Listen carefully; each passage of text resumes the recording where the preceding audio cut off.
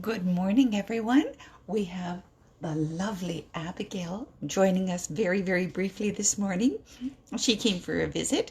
She's not looking very impressed because I'm touching her. How dare I touch her when she didn't ask? So, anyway, this is the itty bitty pretty kitty. Not so itty bitty anymore, but she carries it well. Our princess. And she's leaving now because, yeah, not impressed. I touch. Okay, we're going to remove her from the desk so we don't. There she goes. So, how is everyone today? You guys surviving okay? It's surreal out there. I look outside and everything is in place, everything looks normal on the surface. And then we remember that, we can't go anywhere, we can't do anything. It's a weird, weird world we're living in. So, what better way than to distract ourselves with a good old fashioned will they live happily ever after or not? So, anyways, I noticed today we're supposed to be reading chapter 7, and it's really quite short. So, I thought that. Why don't we read chapter 7 and 8? It's the weekend. It is Saturday, right? It had better be Saturday. Having difficulty keeping track of that time. Anyways, here we go with chapter 7 and chapter 8 of Gwyneth Ever After. Sleep well, sweetie, Gwyn said softly, closing Katie's door behind her. She paused for a moment in the hallway, fighting the temptation to stop off in her bathroom to repair the ravages of the day before she went downstairs to join Gareth. And have him think you're coming on to him? Do you really want to do that? Well, honestly, she pulled a face at herself in the hall mirror. No makeup, she told herself. No special efforts. He's good company and incredibly attractive. And there might be a tiny spark of something there. Understatement of the millennium, Gwyneth. You saw how he looked at you over dinner. But no way did she want it to go further. Her inner voice snorted. Gwyn gripped the handrail so tightly her fingers ached. This was getting her nowhere. She was a big girl. Lord, she was a grown woman, the single mother of 3, a successful architect. She could handle this. So she'd broken a rule or two, bringing Gareth into her home and her kids' lives. It didn't mean anything, regardless of what Sandy said. It just happened to work out that way. She took a deep breath and through sheer force of will set her foot on the first step of the descent. She'd go downstairs, offer him a coffee, and go about her usual routine. By the time she'd tidied the kitchen and made Katie's lunch for tomorrow, he'd be ready to leave. It was simple, really. There was nothing to it. She stepped off the stairs into the main floor hallway and made her way to the kitchen at the back of the house. Gareth turned at her arrival, his denim shirt sleeves rolled up to his elbows. Wiping his hands dry on a tea towel, he smiled. All tucked in, he asked. Gwyn nodded. She stared at her kitchen. You shouldn't have done this, she said, waving a hand to encompass the room. I didn't expect you to. You made dinner, he pointed out. The least I could do was clean up. I hope you don't mind. Mind? Common sense said that she shouldn't, of course. After all, the kitchen surrounding him gleamed. Dishes had disappeared from counters. Pots and pans had been washed, dried, and put away, all in the same night. That never happened. And now, she twisted her hands together, now she had nothing left to keep her busy. Nothing to put between her and the man standing a scant few feet away, looking far more at ease in her home than she felt herself at the moment. She dug her fingernails into her palms. Thank you, she said. You're welcome. Gareth threaded the tea towel he held through the fridge door handle. What would Gwyn do if she knew the real reason he'd cleaned her kitchen for her? If she knew he would have mucked out a barn if he'd had to, just to keep himself busy, just to keep from dwelling on the tantalizing knowledge that when she came downstairs, they would be alone, the two of them. No kids, no interruptions, no distractions. He watched her slender, ringless fingers pluck at her long navy skirt. She cleared her throat.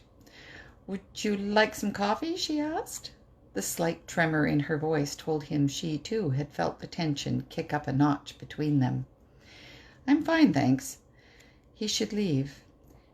He decided he would, while he'd been submerged up to his elbows in soapy water, listening to her steps overhead. Decided that his cousin, in spite of being nosy, had been right. He had too much at stake right now to risk an involvement, and involvement with Gwyn Jacobs would be all too easy. Something about her, her ease, her naturalness. He brought his thoughts up short. The silence between them grew uncomfortable. Just say it, Connor. Say thanks for dinner, but I really should be going. Say, it's been nice meeting you, but... He nodded towards the dining room, separated from the kitchen by French doors. Is that where you work? May I see? Gwyn looked surprised at the sudden request, but not as surprised as Gareth felt.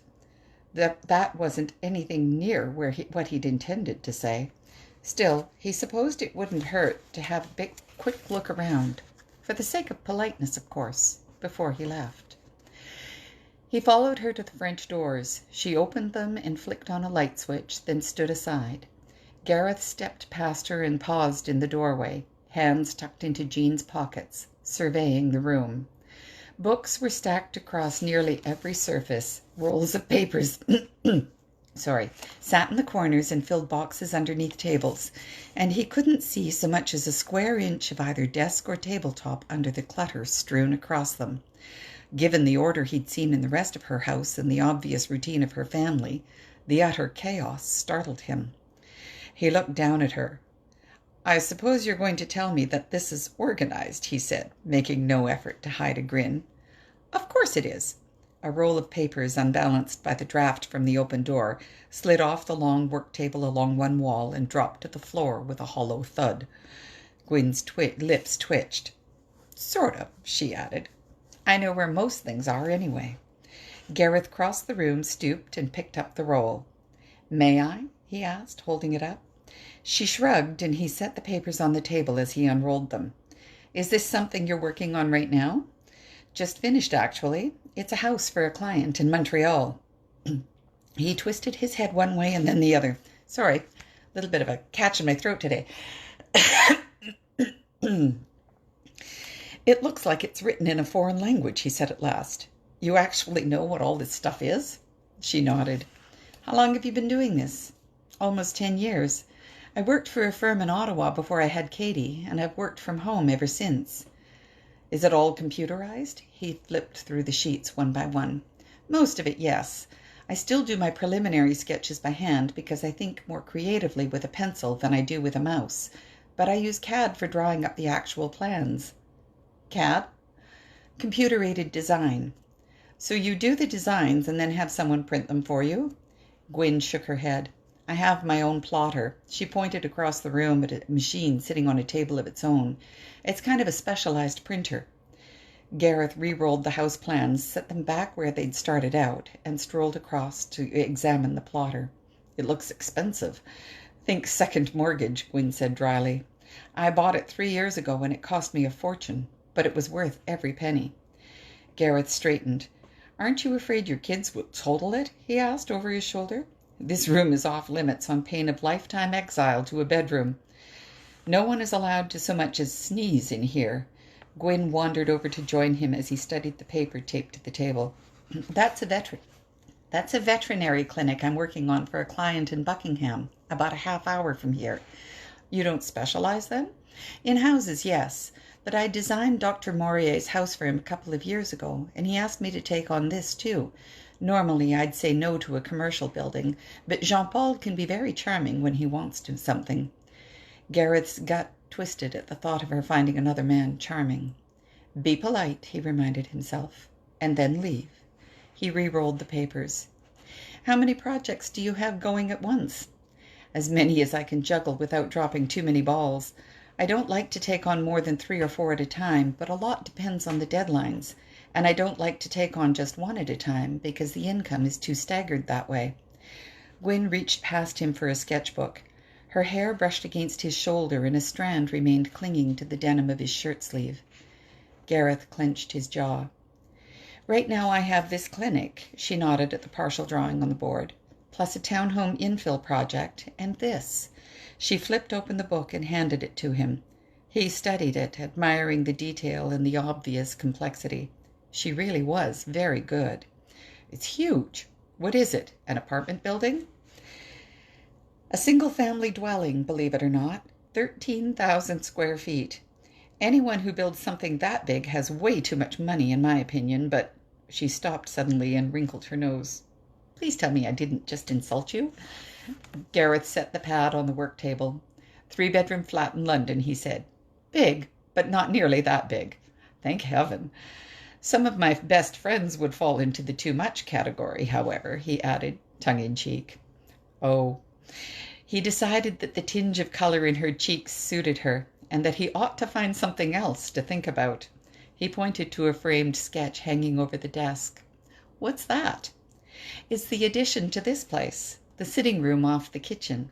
He stepped forward to have a closer look at the sketch. I'll be damned. So it is. He studied it for a long moment, eyes narrowed and head tilted to one side. Then he grinned at her. Now I need to have a proper look at the room itself. And then he'd leave. Really. So if you're just joining us, I'm going to do 2 chapters today because that one was a little on the short side. So here we go, chapter 8. He'd noticed the room during dinner, of course.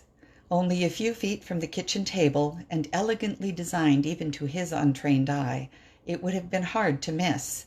Until he stepped down into it, however, he hadn't even begun to appreciate it. Calm permeated every corner, giving this space the air of a retreat. It presented a study in harmony and balance, from the soothing shades of moss green on the walls and ceiling to the Palladian windows that soared from floor to 12-foot ceiling around the perimeter. Narrow strips of wall broke the expanse of glass, just wide enough to pull back the drapes without sacrificing the view, and a set of French doors opened onto a wide stone terrace visible in the shadowed night outside. A wood stove, unlit at the moment, sat in one corner. A huge wooden trunk served as a coffee table. Dark leather couch and chairs were oversized and overstuffed. There was probably too much furniture for the size of the room, but far from feeling cluttered, the entire space invited a person to come in and stay a while, to be at home, much the way its designer did. He realized Gwyn waited for him to speak. He cleared his throat, working past the home thought. So, when you sketched that picture and drew up the plans, this is what you envisioned? She nodded, and her satisfied gaze wandered the room.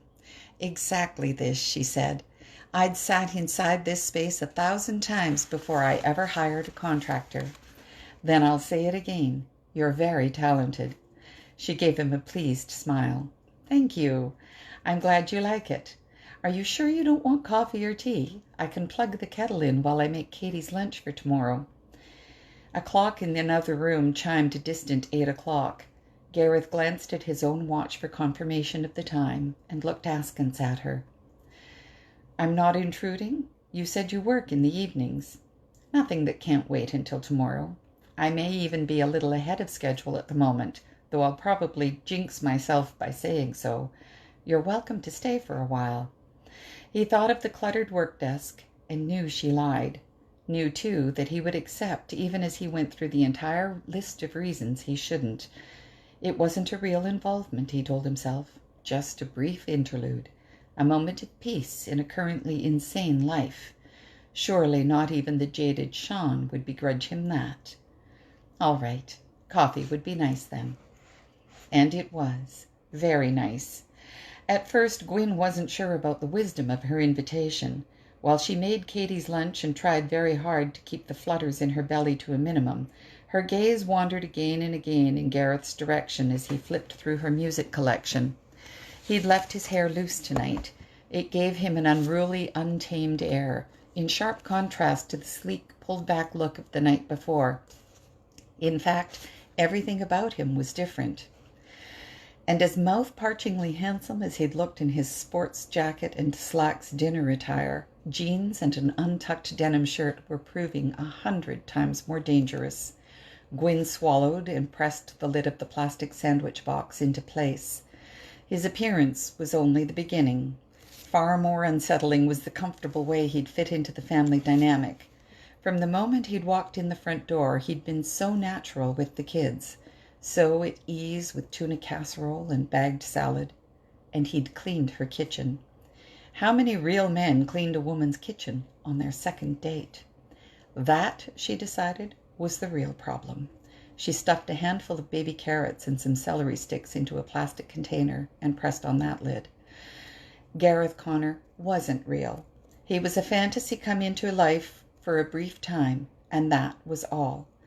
She tucked the various containers into Katie's lunchbox: veggies, sandwich, yogurt, grapes. Heck, this evening hadn't even been a real date. The rich, gravelly voice of Louis Armstrong drifted into the kitchen. Glancing over, she saw Gareth straighten up from the CD player. He turned, caught her eye, and smiled. A fantasy, she reminded herself. Only a fantasy. What a wonderful world, sang Louis. They sat at opposite ends of the couch, Gwyn facing Gareth with both her feet tucked up under her, he half turned toward her with his arms stretched along the back. Conversation that had seemed easy the night before became positively comfortable now. He asked more questions about her work, about where she'd trained and why she'd chosen architecture, listened to stories of her family with an attentiveness that had her revealing details she'd long ago forgotten. He'd described growing up with 2 younger sisters in Cardiff, Wales, and moving away to London when he was 15 in a dismally unsuccessful attempt to break into the theatre. He told her about returning to school and emerging older and wiser several years later, with no particular degree, but a determination to try the stage a second time. He had her in stitches with his descriptions of his first roles, and in awe of the entire movie world with his tales of what life was really like on the set. And once again, with a perception that was almost uncanny, he steered clear of territory that might be too personal. He was funny, he was warm, he was fascinating. And fantasy or no fantasy, Gwyn was in serious trouble. She'd suspected it all evening, of course, but she managed to more or less ignore the possibility, right up until the clock in the living room chimed midnight, and Gareth smiled his regret. "I think that's my cue to be going," he said. She had to quite literally bite her tongue to stop herself from asking him to stay. Controlling her impulse for the moment, she made a show of looking at her watch. "Time really flies, doesn't it?" she murmured. She hated herself for the inanity of the remark, but needed to say something to fill the sudden silence that threatened. Gareth's lips twitched. "Indeed it does." He rose from the couch and raised his hands over his head in a stretch. "Thank you again for dinner, and for coffee.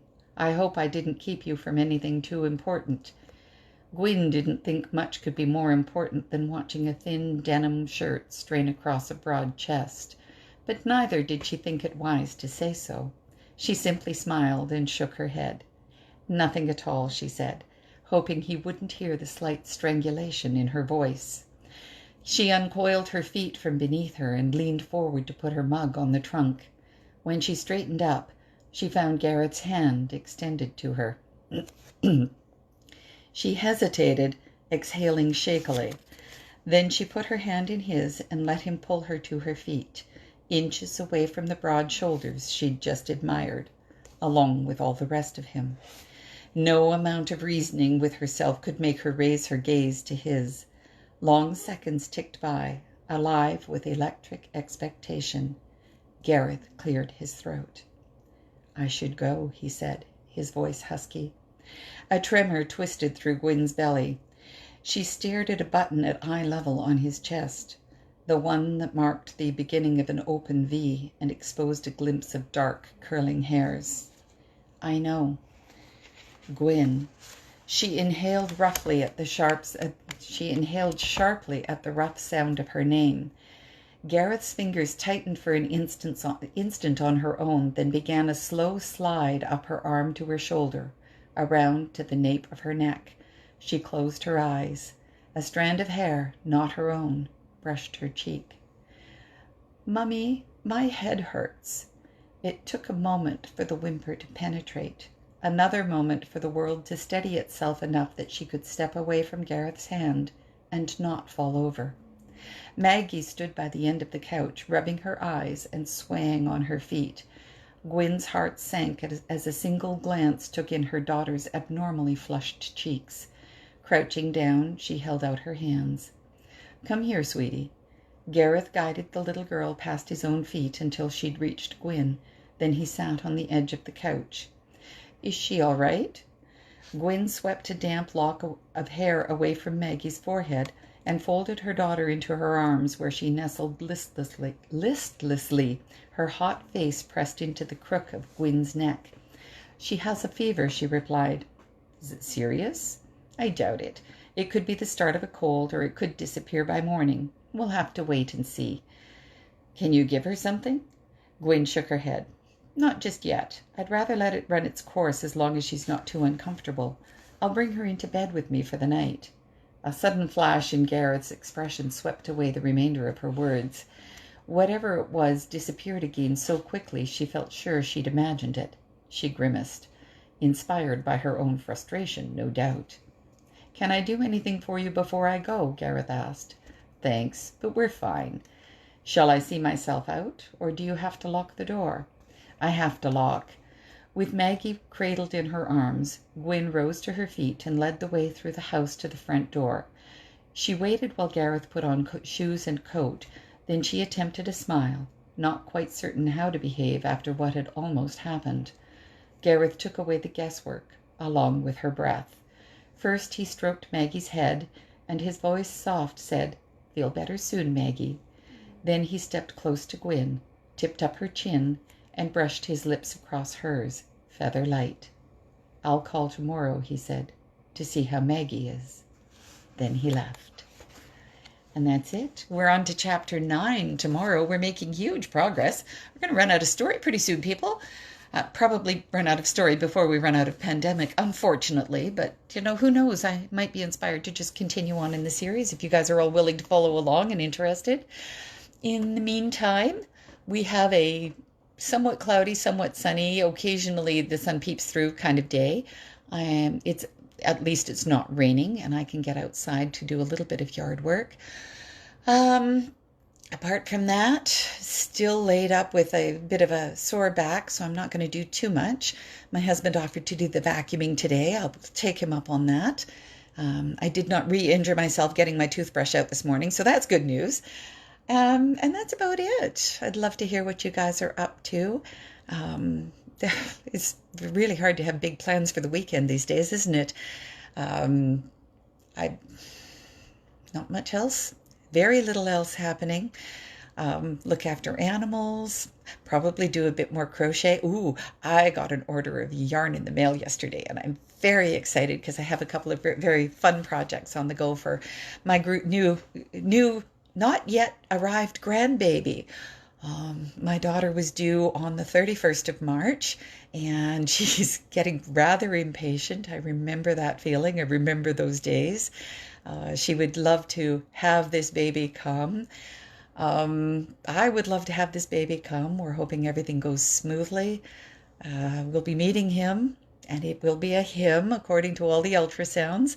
We'll be meeting him by video chat. Little sad, mostly happy that we're going to be able to keep her healthy and distanced from us until this is all over. And as a friend of mine pointed out on Facebook Messenger yesterday, thank you so much, Hardell, if you happen to be listening. She said that to remember that the baby won't actually remember these first few weeks. So it's only me suffering. Baby's just fine. So anyways, Beck, you said I'm loving this series. I'm so glad you are. I'm really glad that people are finding the series. It's a good feel-good series for times like this when we really need to feel good about something. For those of you who are watching and have not yet picked up the book, if you're interested, this one is free on Kindle, Kobo, Nook, and iBook, so you can pick up a copy and either read along or read ahead, whichever you choose.